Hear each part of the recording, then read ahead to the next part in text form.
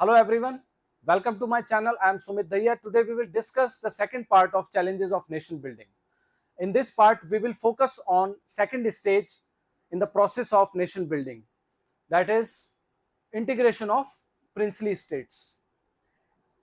Indian territory को जब divide कर दिया पाकिस्तान और इंडिया के अंदर on the basis of religious lines, तो इंडियन लीडर्स के सामने अब सबसे बड़ी चैलेंज थी कि हम टेरिटोरियल इंटीग्रिटी को कैसे मेंटेन करें, कैसे इन प्रिंसली रूलर्स को, प्रिंसली स्टेट्स को इंटीग्रेट कराएं इंडियन यूनियन के अंदर.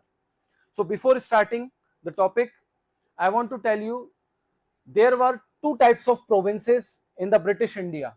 First was British Indian province and second was princely states. British Indian province वो प्रोविंसेस थे जो डायरेक्टली ब्रिटिश एडमिनिस्टर करते थे, जिनमें डायरेक्टली ब्रिटिश रूल करते थे. And second is princely states. इनमें britishers, British government indirectly rule करती थी. इसमें एक प्रिंसली रूलर होता था जो day to day rules and regulations को देखता था, वहां की डे टू डे एडमिनिस्ट्रेशन का ध्यान रखता था, but ultimately control was in the hands of British government. In case अगर princely ruler proper implementation laws का नहीं करवाता था, तो उस केस में इसकी जो टेरिटरी थी उसको एनेक्स करके ब्रिटिशर्स ब्रिटिश प्रोविंस में कन्वर्ट कर देते थे. So these are the two types of provinces in the British India. Problem during the integration. अब एक बहुत बड़ी प्रॉब्लम फेस करनी पड़ी इंडियन लीडर्स को इन the process of integration of princely states. तो ये प्रॉब्लम क्यों आई? ये प्रॉब्लम इसलिए आई क्योंकि जो डिसीजन मेकिंग अथॉरिटी थी वो प्रिंसली रूलर्स को बना गए थे. कौन? ब्रिटिशर्स. ब्रिटिशर्स जाते जाते प्रिंसली रूलर्स को अल्टीमेट अथॉरिटी दे गए थे डिसीजन मेकिंग के लिए कि तुम्हें डिसाइड करना है कि वेदर टू रिमेन इंडिपेंडेंट और टू ज्वाइन इंडियन यूनियन. तो इसकी वजह से जो प्रिंसली रूलर्स ने ये डिसाइड करा कि हमें इंडिपेंडेंट रहना है, और इसकी वजह से जो लीडर्स थे उनके सामने अब टेरिटोरियल इंटीग्रिटी को मेंटेन करने के लिए सबसे बड़ा चैलेंज आ गया था. So this was the problem during the integration of princely states. And there were various government considerations in the process of integration of princely states. अब वो कौन कौन सी कंसिडरेशंस थी गवर्नमेंट की? डिफरेंट कंसिडरेशंस वर कि people of almost all the princely states wants to join India. जो लोग थे ज्यादातर प्रिंसली स्टेट्स के, उन्होंने क्या डिसाइड करा था कि they want to go with India, they want to join Indian union. But princely states क्या चाह रहे थे कि हमें तो इंडिपेंडेंट रहना है. तो इस केस में इंडियन गवर्नमेंट एक स्टेज पे जाके इसको यूज कर सकती थी in case in order to maintain the territorial integrity. कैसे? अगर किसी प्रिंसली स्टेट ने ये डिसाइड करा, वहां के प्रिंसली रूलर ने ये डिसाइड करा कि I want to remain independent, ठीक है, बट वहां के लोग इंडिया के साथ में आना चाहते हैं, तो in order to maintain the territorial integrity India can use various tools to integrate that particular princely state into the Indian union by using the referendum. ठीक है, रेफरेंडम यूज करवा के इंडियन गवर्नमेंट फोर्सफुली उस particular princely state को Indian union में integrate करवा सकते. This is the first consideration of the government. Second consideration is government was flexible enough to give autonomy to some regions and accommodate plurality. Government काफी flexible थी अलग अलग regions को freedom देने के लिए, ऑटोनॉमी देने के लिए, ठीक है, सो दैट ज्यादा से ज्यादा प्रिंसली स्टेट्स इंडिया को आके ज्वाइन करें. ठीक है, इंडिया एक लिबरल बिहेवियर शो कर रहा था सो दैट ज्यादा से ज्यादा प्रिंसली स्टेट्स आके इंडिया को एकोमोडेट करें, इंडिया को ज्वाइन करें. क्योंकि इंडियन गवर्नमेंट के जो लीडर्स थे वो काफी कॉन्फिडेंट थे कि हमारी जो कॉन्स्टिट्यूशन है वो हमने डेमोक्रेटिक लाइंस पे बनाई है, और हम उस डेमोक्रेटिक लाइंस पे, क्योंकि हमारी कॉन्स्टिट्यूशन है, तो हमारी अब हम पॉलिटिक्स भी हमारी डेमोक्रेसी पे रन करेंगे. हमारी पॉलिटिक्स के अंदर हम डेमोक्रेटिक प्रैक्टिसेस को इंट्रोड्यूस करवाएंगे, जिससे कि इन अलग अलग स्टेट्स जो हैं, जो अलग अलग बेसिस पे आई हैं हमारे साथ में, हम उनको एकोमोडेट कर पाएंगे, हम उनको एकोमोडेट करने में सक्सेसफुल हो जाएंगे. ठीक है, सो this is the second consideration in the process of integration of princely states. The third consideration is in the process of demarcation of the territory, we have to give priority to the territorial consolidation and integration. ठीक है, जब हम territory को demarcate करेंगे, Indian territory को demarcate करेंगे, तो हमें सबसे ज्यादा प्रायोरिटी किसको देनी है? टेरिटोरियल इंटीग्रिटी और टेरिटोरियल कंसोलिडेशन को हमें सबसे ज्यादा प्रायोरिटी देनी है। ठीक है, उसके लिए हमें अलग अलग टूल्स का यूज करना पड़ सकता है इन the process of integration of princely states. ठीक है, हो सकता है बहुत सारी प्रिंसली स्टेट्स, अभी हम प्रोसेस में पढ़ेंगे कि उन्होंने ये डिसाइड करा कि हमें इंडिया के साथ नहीं आना, लेकिन इंडिया वहां के लोग आना चाह रहे थे, तो उनको फोर्सफुली वहां पे इंटीग्रेट करवाएंगे just to maintain the territorial integrity of the Indian union. Now we will study the integration of various princely states. First of all, we study about the integration of Hyderabad. So Hyderabad was the princely state, wealthiest and largest princely state of India. This is the Hyderabad. This is the map of 1947. Yellow में तो British provinces हैं and white में princely states हैं। ठीक है, जितने भी yellow वाला रीजन है ये सारा क्या है? ब्रिटिश प्रोविंसेस हैं, और व्हाइट वाले रीजन्स क्या हैं? प्रिंसली स्टेट्स हैं। तो Hyderabad was situated in between the territory of India. ठीक है, तो हैदराबाद को तो इंक्लूड करवाना ही था इंडियन यूनियन में, ये सबसे ज्यादा प्रायोरिटी थी किसकी? इंडियन लीडर्स की, कि हैदराबाद को तो इंडियन यूनियन में इंक्लूड करवाना है anyhow, because in case अगर हैदराबाद ने ये डिसाइड करा कि Hyderabad wants to remain independent, तो उस केस में Indian territory will get divided into two parts. So this is the main priority of India, to maintain the territorial integrity. उसके लिए हैदराबाद को फोर्सफुली भी लाना पड़ेगा, तो लाएंगे to maintain the territorial integrity of the India. So Hyderabad was the largest and important princely state surrounded by the Indian territory. क्योंकि Indian territory के से सराउंडेड थी, इसलिए इसको प्रायोरिटी से इंडियन यूनियन में इंक्लूड करवाना is the prime priority of the Indian rulers. ठीक है, the Nizam of Hyderabad wanted to remain independent. The Nizam, that is the ruler of Hyderabad, wants to remain independent, but the people of Hyderabad wants to join India. ठीक है, so government of India signed stand still agreement with the Nizam. ठीक है, so what do you mean by stand still agreement? stand still agreement क्या है? stand still agreement है एक agreement है जो ये फोर्स करता है दोनों साइड्स को, निजाम और इंडियन गवर्नमेंट को, to maintain the as it is situation in the state. कोई भी साइड ट्राई नहीं करेगी उस स्टेट को अभी लेने के लिए। सो this is the stand still agreement. This agreement was signed between the Nizam and government of India. जब तक नेगोशिएशंस चल रहे हैं दोनों साइड्स में, कोई भी साइड उसको ट्राई नहीं करेगी लेने के लिए। ठीक है, उसको ट्राई नहीं करेगी एनेक्स करने के लिए। ठीक है, till the negotiations are going on between the both the sides. So in between the people started movement against the Nizam, specially the people of Telangana. जो तेलंगाना रीजन था हैदराबाद का, वहां के लोगों ने निजाम के अगेंस्ट मूवमेंट स्टार्ट कर दिया, एजिटेशन स्टार्ट कर दिया, because these people were exploited by the rule of Nizam. These were peasantry class. ठीक है, people of Telangana were from the peasantry class, and Nizam responded by unleashing the paramilitary force called Razakars. उसके personal paramilitary force थी, उनको रजाकार्स बोलते थे। ठीक है ना, निजाम ने उनको ऑर्डर दिया कि तुम जाके लोगों पे अटैक करो, and they started just looting the people, raping the womens. ठीक है, Indian government launch military operation named as operation polo. ठीक है, इंडियन गवर्नमेंट ने निजाम के रूल के अगेंस्ट ऑपरेशन पोलो लॉन्च कर दिया, and make him to surrender. Hyderabad became part of India. Hyderabad के निजाम ने सरेंडर कर दिया within 3 to 4 days, and ultimately Hyderabad became part of India in September 1948. So this is how Hyderabad was integrated into Indian Union by the military action. We can say Hyderabad was integrated by the military action into the Indian Union.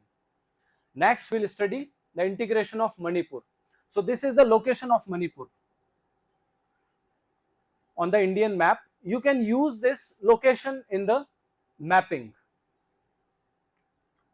So the king of Manipur was Raja Bodh Chandra Singh. Raja Bodh Chandra Singh was in favor to join Indian Union. ठीक है ना? That's why Indian government make him to sign the instrument of accession. ठीक है? This was the agreement, this was the document signed between the government and the prince, king Raja Bodh Chandra Singh to join the Indian Union in peaceful manner. ठीक है? ये एक ऐसा agreement है जिससे राजा बोध चंद्र सिंह ने इंडियन यूनियन को ज्वाइन कर लिया इन अ पीसफुल मैनर. ठीक है ना? But with assurance to maintain the internal autonomy. उस एश्योरेंस के साथ में साइन करा कि इंडियन गवर्नमेंट स्टेट की, मणिपुर स्टेट की इंटरनल ऑटोनॉमी को मेंटेन रखेगी.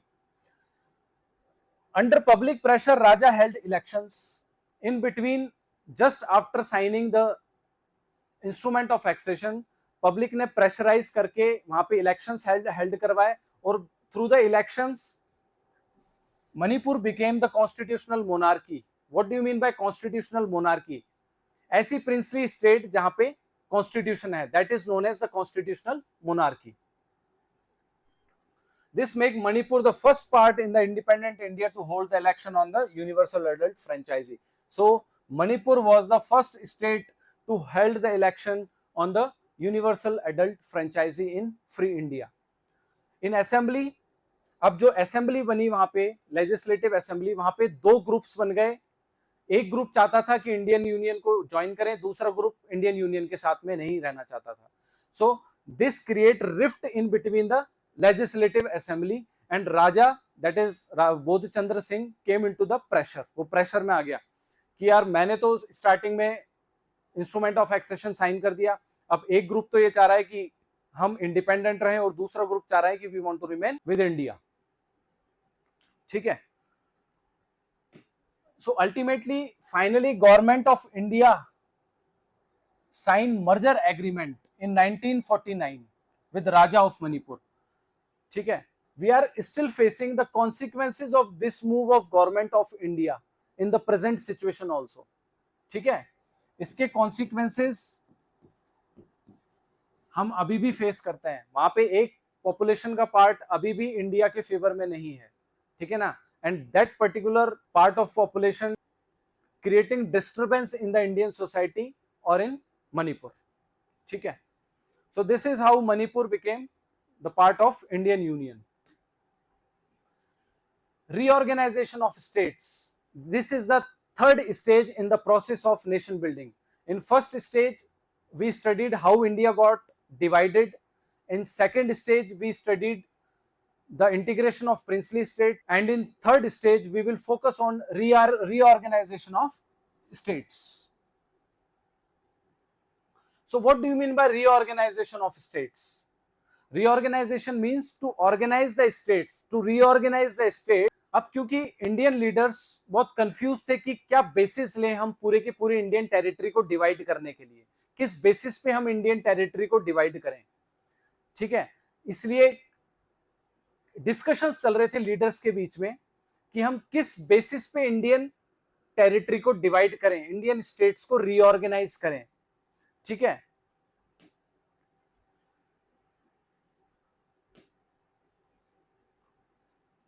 इन between people demanding reorganization of state on the basis of language. बीच में ही लोगों ने डिमांड करना स्टार्ट कर दिया, अलग अलग रीजन से डिमांड आने लग गई लोगों की to organize the Indian states on the basis of language. अब ये लोगों को आइडिया कहां से आया कि लिंग्विस्टिक बेसिस पे स्टेट्स को रीऑर्गेनाइज करना है? ये आइडिया लोगों को आया फ्रॉम प्रोविंशियल कांग्रेस कमिटीज. ठीक है? That were formed after the Nagpur session of Congress in 1920. That is during the freedom struggle. जब फ्रीडम स्ट्रगल चल रही थी तो उस टाइम पे नागपुर सेशन 1920 में हुआ और एक मैसेज लोगों तक पहुंचाने के लिए इजी मैनर में उन्हीं की लैंग्वेज में पहुंचाने के लिए कांग्रेस में ये डिसीजन हुआ, एक कॉन्सेंसस बना कि हमें जो कांग्रेस कमिटीज है, प्रोविंशियल कांग्रेस कमिटीज, वो लिंग्विस्टिक बेसिस पे बनानी है, सो दैट लीडरशिप का, सेंट्रल लीडरशिप का मैसेज हर कॉर्नर में कंट्री तक पहुंच सके उन्हीं की लैंग्वेज में, सो दैट ज्यादा से ज्यादा लोग आके फ्रीडम स्ट्रगल को ज्वाइन करें। तो वहां से लोगों को आइडिया आया कि हमें स्टेट्स बनानी है on the basis of language. But initially leaders were not in favor to reorganize the states on the basis of language. Why? Because it will cause disintegration and foster the feeling of separatism in the society. Leaders को ये लगता था अगर हमने states को reorganise कर दिया on the basis of language तो लोगों के मन में एक सेपरेटिज्म आ जाएगा, फीलिंग ऑफ सेपरेटिज्म आ जाएगी, ठीक है, सोसाइटी डिसइंटीग्रेट हो जाएगी अलग अलग छोटे छोटे पार्ट्स में on the basis of language, ठीक है। It will cause shift of the focus away from social and economic challenges that country is facing. जो एज अ नेशन, तो इंडिया के सामने बहुत सारे चैलेंजेस थे, इकोनॉमिक चैलेंजेस थे, सोशल चैलेंजेस थे। तो अगर लोग इस कंपटीशन में पड़ गए कि हमें हमारी एक सेपरेट लिंग्विस्टिक आइडेंटिटी कैसे बनानी है, तो लोगों का जो फोकस है सोशल और जो इकोनॉमिक चैलेंजेस है उस पे से हट जाएगा और उनका फोकस कहां पे शिफ्ट हो जाएगा कि हमें अपनी सेपरेट लिंग्विस्टिक और सेपरेट आइडेंटिटी कैसे बनानी है, ठीक है, हमें हमारी सेपरेट लिंग्विस्टिक आइडेंटिटी कैसे बनानी है, उनका फोकस वहां पे शिफ्ट हो जाएगा। और and third is picture of partition is still fresh in memories. अभी हमने पार्टीशन का जो पूरा सिनेरियो देखा था, उसके कॉन्सिक्वेंसेस देखे थे, और अब हम again we are moving towards the partition on linguistic basis. So ultimately we are again moving towards the division of country. So ये सारी चीजें इंडियन लीडर्स नहीं चाहते थे, ऐसा किसी तरह की ऐसी सिचुएशंस कंट्री के अंदर बने। The fate of princely states not decided. अभी भी प्रिंसली स्टेट्स के साथ में नेगोशिएशंस चल रहे थे। प्रिंसली स्टेट्स आ गई थी, हमने फोर्सफुली किसी को ज्वाइन करा लिया था, बट स्टिल अभी वहां पे ग्रुपिंग्स थी। एक ग्रुप चाह रहा था कि वहां पे हम रहें, एक ग्रुप चाह रहा था नहीं रहें। तो अभी तक फ्यूचर जो था प्रिंसली स्टेट्स का वो डिसाइडेड नहीं था। तो ये बहुत अर्ली डिसीजन हो जाता टू मेक स्टेट्स और reorganise states on the basis of language. So that's why leaders were not in favour to create states on the basis of language. Vishal Andhra movement. अब एक रीजन ऐसा था इंडिया का जहां से बहुत forcefully strong aspirations, strong demand आने लग गई to create state on the basis of language. अब ये रीजन था मद्रास रीजन, जो कि इंडिया के सदर्न रीजन में था। मद्रास रीजन में से डिमांड आने लग गई to make separate state of Telugu speaking people. They demanded creation of Andhra Pradesh by integrating, by collecting people in the same place, by, ठीक है। And during the struggle Potti Sriramulu, जो कि एक कांग्रेस लीडर थे, and he was veteran Gandhi also. Veteran Gandhian means he was the follower of principles and ideologies of Gandhi. वो indefinite strike पे चले गए and he got expired after the 56 days, ठीक है। तो उनकी डेथ हो गई। इसकी वजह से मूवमेंट बहुत फिरोशियस लाइंस पे चला गया, ठीक है। Ultimately government decided to create Andhra Pradesh in December 1952, ठीक है। So the first linguistic state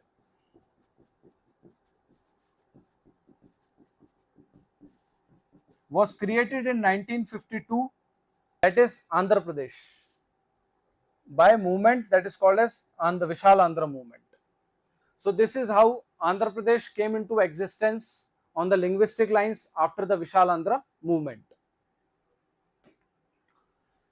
अब विशाल आंध्र मूवमेंट के बाद में क्या सिचुएशन हुई? विशाल आंध्र मूवमेंट के बाद में कंट्री के अलग अलग रीजन से डिमांड आने लग गई to create state on the basis of language. Now government came into pressure. अब गवर्नमेंट के ऊपर बहुत प्रेशर आ गया, हर जगह से बहुत डिमांड आ रही है कि हमें स्टेट चाहिए, हमें एक अलग आइडेंटिटी चाहिए on the basis of language. So that's why government established the reorganization commission in 1953, ठीक है, ये टास्क दिया कि तुम एक रिपोर्ट दो और उस रिपोर्ट में रीजंस बताओ कि whether we want to make states reorganize states on linguistic lines or not.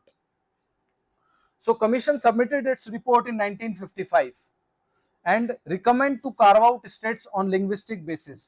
तो कमीशन ने इसको अलाउ कर दिया कि yes you can make states on the linguistic lines but you have to consider the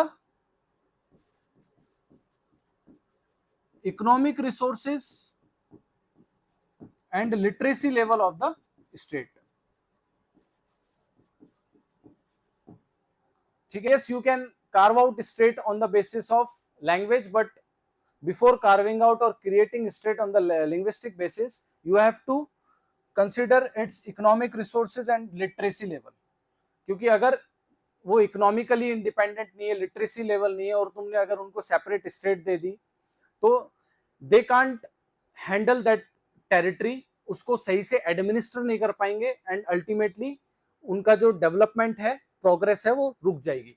तो इसलिए उन्होंने एक जगह परमिशन तो दे दी, यस यू कैन मेक, उन्होंने रिपोर्ट में बोल दिया कि you can make state on linguistic lines but before that you have to consider the economic resources and the literacy level of that particular state. Second is State Reorganization Act. So State Reorganization Act was passed in 1956 after the report of State Reorganization Commission that came in 1955. So according to this act, 14 states and 6 UTs were formed out of the territory of India. ठीक है ना, and its main aim is to empower the linguistic communities and strengthen the cultural identities of the federal units. तो 1956 में State Reorganization Act पास हुआ. According to this act, 14 states has to be made and 6 UTs has to be made from the Indian territory. और जो states थी उनको linguistic basis पे बनाया था, उसके पीछे main reason क्या है? To empower the linguistic communities. Linguistic communities को empower करना, उनके culture को protect करना, ठीक है, and strengthen the cultural identity of the federal units. उनको एक अलग से उनकी cultural identity provide करवाना. This is the main aim of the State Reorganization Act that was passed in 1956. Why leaders accepted demand for linguistic states? So initially we saw कि leaders were not in favor to create state on the linguistic lines, but later on leaders create state on the linguistic lines after the report of State Reorganization Commission in 1955. So why on later stages leaders accept the demand for linguistic states? So main reason were threat of separation and division. Leaders को ये लगने लग गया कि अगर हमने लोगों की एस्पिरेशंस को फुलफिल नहीं करा, लोगों की डिमांड को फुलफिल नहीं करा कि to reorganize the states on the linguistic lines, this will ultimately leads to the separation and division of the country. अलग अलग स्टेट्स अलग अलग कंट्री के लिए डिमांड करने लग जाएंगे अगर हमने उनकी डिमांड को फुलफिल नहीं करा. तो that's why Indian leaders on later stages accepted demand for the linguistic states and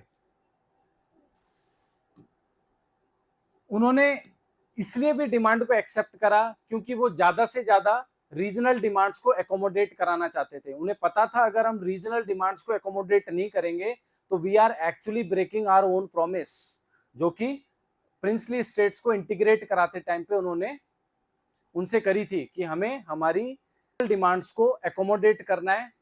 in future we will accommodate regional demands, we will give autonomy to the regions, we will give freedom to the different regions of the country.